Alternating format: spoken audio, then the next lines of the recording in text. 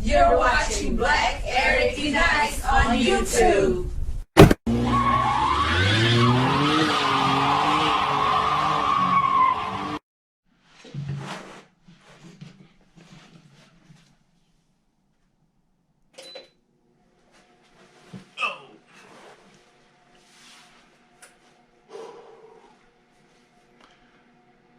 All right, guys, Black is here. And I want to talk about the first time I had relations with a white man. Okay? All right, little background of where I came from, right? I'm from Atlanta, Georgia, right? I grew up on Hightower and Bankhead. I grew up on Hightower, just up the street from Bankhead. This was also down the road from Douglas High School, about a mile from Douglas High School. All right, Douglas High School is also the school that Little John went to, right? I didn't know Little John. I think I seen him before, but I knew, okay, he was friends with somebody I knew, but I didn't know him. I don't even think I spoke to him. But anyway, there were one or two white students in Douglas. Actually, I think it was one or two. All right. I didn't talk to him, not that I didn't like him, I just never had crossed the path or whatever. Okay, growing up, my neighborhood was a black neighborhood. I didn't have any white friends. Always wanted some, but I didn't have any. Probably the most time I spent around white people was probably when I worked, got a job, because the black neighborhood, the jobs didn't pay that well. Like my fulton job was McDonald's, Fulton Industrial, which was a few miles from my house. And I don't even remember there was a white person there or not. But anyway, it paid $3.35. Yet you can go to Marietta and work at, which was minimum wage, $3.35. You go to Marietta, which may be 14 miles away, and the same McDonald's paid $3.75, right? But anyway, I worked at a place called the Chili Parlor. It was a restaurant that sold Cincinnati style chili. And it didn't taste nothing like regular chili. It was actually gross, I thought. But the white people loved it.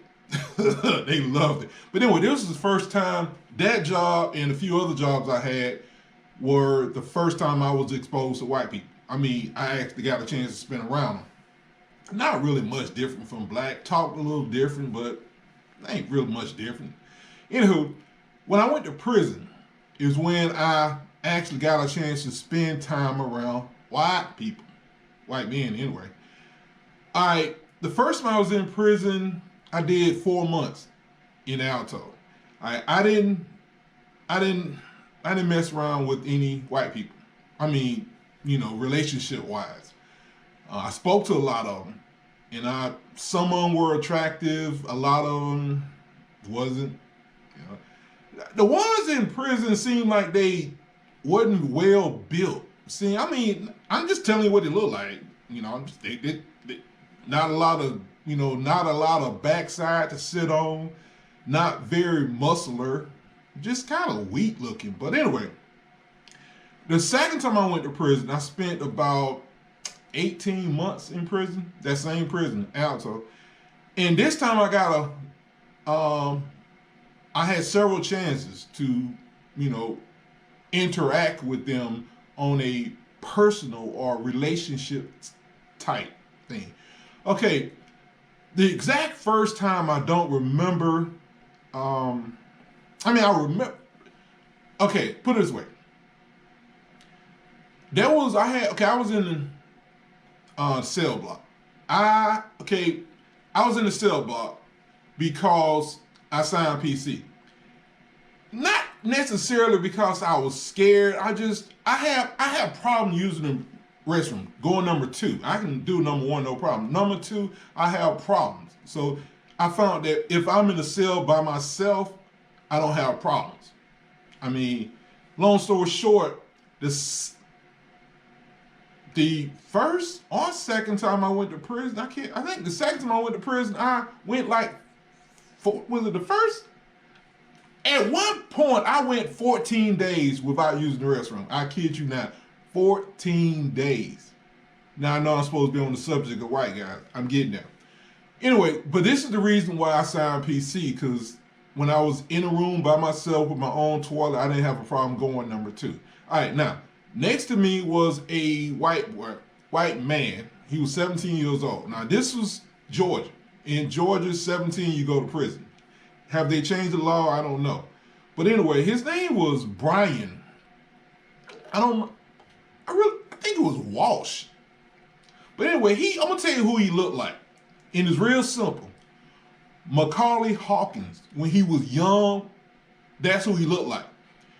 But again, he was 17 at the time, and the boy had something to sit on. I mean, he looked like he had a little black in him. All right, he told me, he says, when we go to the shower, you're gonna get excited when you see me. And I was like, yeah, right. Well, when we went to the shower and I saw him in his birthday suit, I got excited. Not only did I get excited, the other two guys got excited. Because I think he was on the left. There was a black guy on the left of him, then another black guy on the left of that one. I was on the right, I think. And everybody got excited. I mean, the boy was stacked. I mean, he had something to sit on. But anyway, did I tell you he was locked up for child molestation? Yeah. We touchy-feely about it. Right, you know, he was in his cell, I was in my cell. There was another white guy, Robert something. He and I did touchy-feely thing also. When I finally got tired of being on PC, so I decided to go to a dorm. And this dorm was, I think it was called B building, I think it was. It was probably the newest building that they had. And it was just two people to a cell. It was two people to a room. Well, I guess you could call it a cell, but it was a lot. It was quite, I mean, you had room in it. A lot more room in it than you did in a cell block. Hell, in the cell block, they had one bed and one person slept on the floor, one person slept on the bed. But anyway, I think it was B building. But anyway, in this building, I had a roommate. His name was Michael, a little real skinny guy. Took a shower once a week. But he didn't smell. He did not smell at all. Anyway, he was black. But there was a white guy I was in a diagnostic with. Diagnostic is the first place you put when you go to prison. Well, his name was Bart. I don't remember his real name, but they called him Bart. He was slim, good-looking white guy. And I saw him in diagnostic, and when I saw him in B build, he was a flame, broke wrist. And I asked him, I thought he had got raped and turned out, but he told me he was a flame. He said when I saw him in diagnostic, he was hiding it. He was acting straight, which completely fooled me because he seemed like a normal white guy. But in B build, he was a broke wrist. And I'm like, how can you hide that much?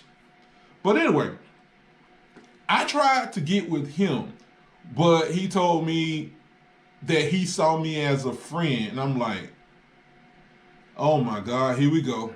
This, I like you as a friend thing is a way of saying you too big. Because there was another black guy he was messing with, and that black guy was slim. But anyway, so he turned me down, right? I guess that was it that I can remember. Now, when I was in diagnostic, the second time I was in prison, there was a white guy, he had red hair. His name was, I think his name was Brian. Austin, I believe. And I think he was from Austin, Texas, too. But anyway, Brian, he had red hair. He looked 100% straight. He slept above me. And he asked me to be his war daddy. Well, I ain't trying to be nobody's war daddy. A war daddy is basically, I take care of him. I protect him. Okay? I wasn't trying to do that. But I did let him put his stuff in my locker. He went to the store, bought a bunch of food or whatever and cigarettes and put it in my locker and nobody messed with it, right? Well, anyway, he told some people that if I wanted him to be my boyfriend, he would. but he claimed he was 100% straight. I assumed he was 100% straight. But it got back to me that he had said that. And at first I thought the person who told me that was throwing me a rib sandwich. So what is a rib sandwich? Not rib like barbecue rib, more like ribbing a person up to do something bad or good or whatever. Mostly bad. So they call it a rib sandwich. So I'm thinking that's what the guy was doing, but turns out the guy was telling the truth, because Brian, one day I went to take a shower and Brian come over to me, he was like, "You going to take a shower?" And I'm like, "Yeah." He's like, "You need me to wash your back?" And I'm like, "No, I mean, I can wash my own back." Now see, at this time I was DL. I wasn't open, you know. So I went to take a shower. He came in with me to take a shower. I mean, it was like 4 different shower heads, so it wasn't just us. Well, it was just us. But anyway, I got to see him in his birthday suit, and I wasn't really all that impressed. The red hair, I don't know, it was weird. I don't know, it was weird. But he just, like I said, he just looked like a normal white guy to me. I mean, he didn't really, I would have loved to have taken, well, I still wouldn't have done anything, because like I said, I was in open dorm and I was DL. I wanted to do something with him, but I was DL. So I didn't really do anything in prison, except for what I just said, touchy-feely stuff, right? But anyway, now, when I got out, here we go. When I got out, I had a black friend that knew a white girl who had a brother that was gay. We tried to hook up, but he got in the car. He looked like a normal white guy. He looked straight, but we didn't have nothing in common. He didn't talk much. I tried to talk. He didn't seem like he wanted to talk, so I dropped the Mac off. We never spoke since. Again, I was probably too big for him. But anyway, the next time, I'm getting there. I picked up a white guy downtown Atlanta in the little gay part where you can pick up men or whatever. And he was probably about 19 or 20, something like that. He was slim, but he had dirty fingernails. And I'm like, I can't stand nobody with dirty fingernails, but light-skinned people, and I'm not just saying white people, but light-skinned, even black people, but black light-skinned people with dirty nails turn me completely off. Well, he had dirty nails. But I was desperate. I've been wanting to do something with the white guy anyway. So we ended up going to a motel.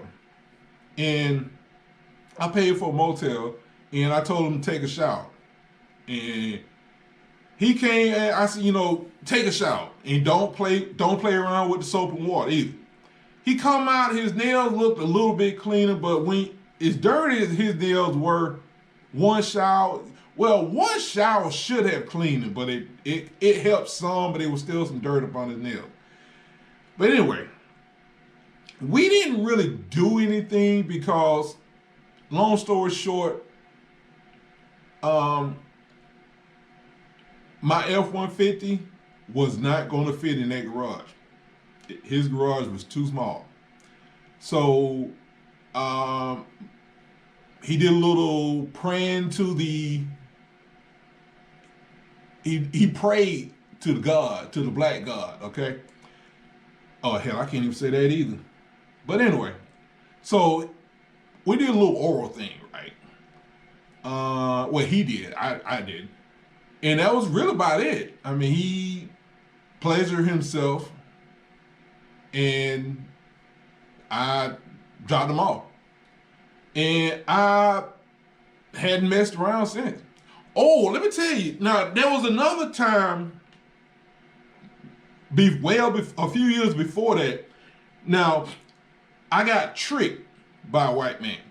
I thought I picked up a white female, right?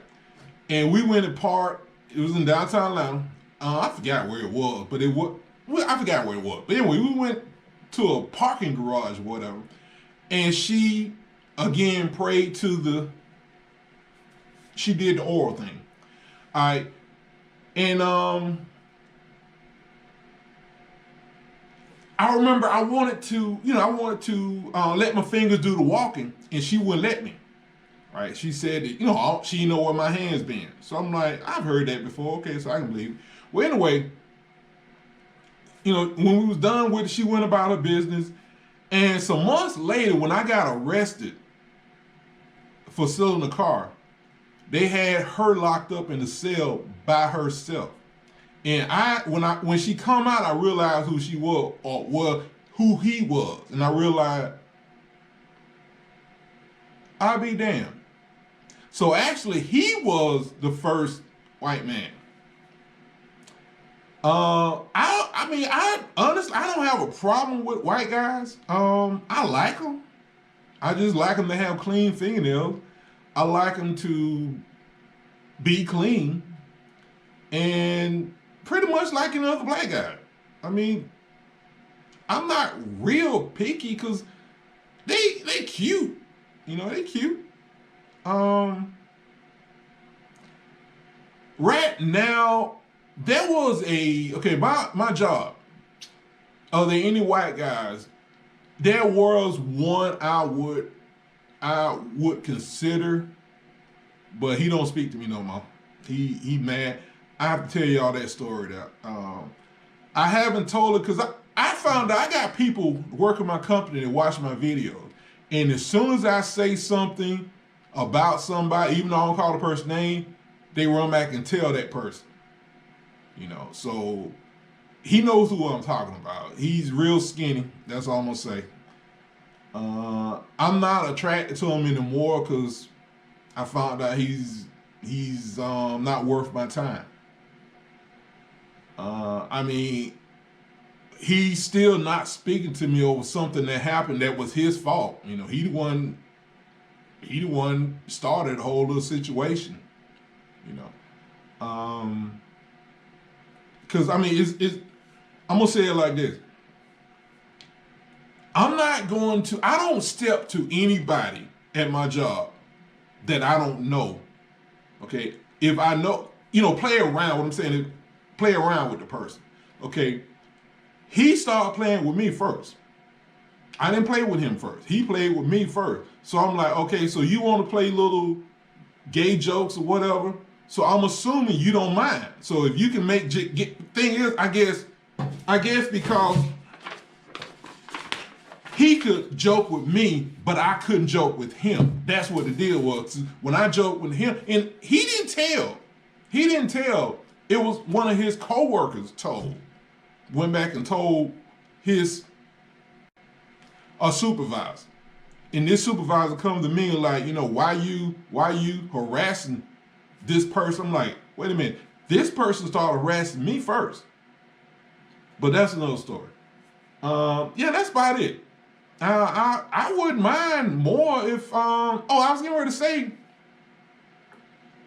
I mean, I see white guys all the time. I would, but you know, hell, it's hard to get black guys, you know. There was an older white guy in my company that he was straight, but we would have conversations, and I got the impression that he may have messed around at least once in the past, but he was old. I mean, as a matter of fact, he's died. And I didn't even know he had died until somebody else told me he died. And he died a couple years ago. Real nice guy. He was I ain't gonna say that, because if I say what he was, people know what I'm talking about. The hell, he doesn't matter, he dead. But he was an ex-policeman, highway patrolman. I mean, he was a nice guy. I wasn't attracted to him sexually. I didn't mind. I love talking to him. He's a real intelligent person. The only problem I had against him was he loved Amzor. That's the only problem I had against him. He loved talking about Amzor. Zor, rather. But I guess that's it. This is Dre. Y'all have a good day. Hopefully I don't get a yellow flag from this video, but I don't think I will. Because from my understanding, you can say something relationship-wise. You just can't go into details from my understanding. You have to be careful with the words, but whatever. Dre, y'all have a good day. Bye.